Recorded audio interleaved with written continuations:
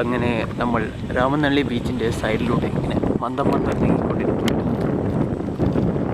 ആഞ്ഞൊരു ഇറക്കമായിരിക്കുന്നു. അതിലൂടെ നമ്മൾ സവാരി.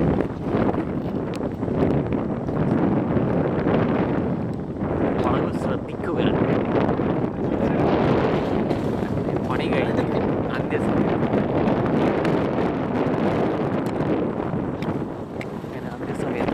ആളുകൾ മന്ദം നീങ്ങിക്കൊണ്ടിരിക്കുന്നു. മന്ദന്മാരെ പോലെ അങ്ങനെ ഹെയർ പിൻ വളവിൽ നമ്മൾ അശ്രദ്ധയില്ലാതെ ശ്രദ്ധയോടെ കൂടി പോകും.